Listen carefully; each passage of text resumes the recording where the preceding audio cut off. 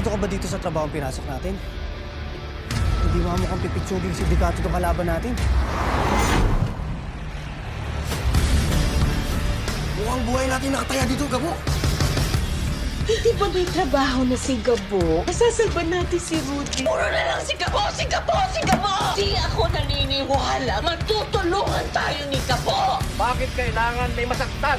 Isang demolisyon na pinangungunahan ng mga polis. We exercise maximum tolerance. Pero may nabaril. I want to let you know, makikipag-areglo ako sa pamilya ng nabaril. Hindi nyo mabibili ang tatay ko. At kung sino man ang gumawa sa tatay kong yun, sisiguraduhin namin na makukulong.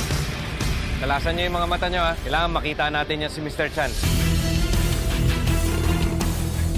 Kung Hey Pachoy, manigong bagong taon. Isang selebrasyon ngayong napapanahon. Kaya sulitin na ang bawat pagkakataon. Lalo't nagising na naman ang mga natutulog na dragon. Bao! Sino po to? Gamoy, mag-warning ka naman! Bali-balita ng kinuha ni Gabo, si Binoy, Tolits at Daboy. Kukuha ng mga tao para tapatan ako. Papalakas tayo ng pera sa tayo. Sisiguraduhin ko. Hindi na makakaporma yan si Gabo. Ano? Nakita niyo na? Papasok ako. Titignan ko kung nandun pa sa loob si Mr. Chan. Oh, ang ganda naman eh. Excuse me. Reserve na kasi yan. Saan? Parang wala namang pangalan to. Akala mo kung sino ka maganda. Hoy, matangkad ka lang pero kayang-kaya kita, no? Alam mo, mabuti pa. Palabasin mo. Hoy, asan yung may-ari? Mr. Chan! May nanggugulo po dito. Kanina pa. Meeting pa yan. Alam ko yan, malaking bariyan. Malapit lang dito.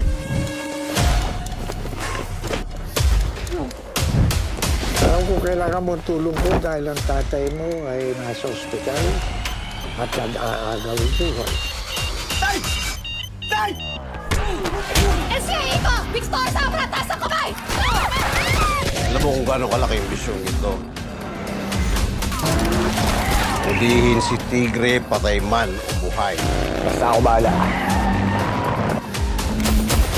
Ako hindi diskarte kung paano mahuli si Tigre.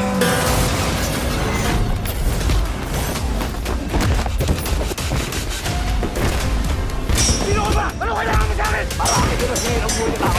Bakit kailangan mo na makulong?